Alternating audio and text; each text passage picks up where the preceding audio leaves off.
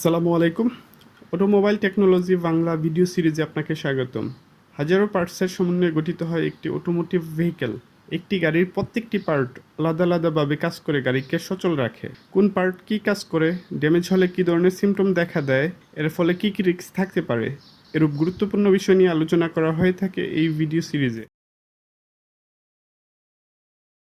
Spark plug internal combustion ইঞ্জিনের combustion চেম্বারে air fuel মিক্সারকে burn করার জন্য স্পার্ক তৈরি করে।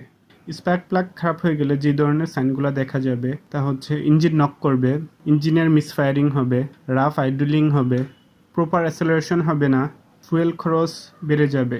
নতুন এবং ভালো স্পার্ক প্লাগ আপনার গাড়ির ইঞ্জিনের অপারেশনকে স্মুথ করে, ফুয়েল এফিসিয়েন্সি ইমপ্রুভ করে, ইঞ্জিনের এক্সস্ট ইমিশনকে রিডিউস করে।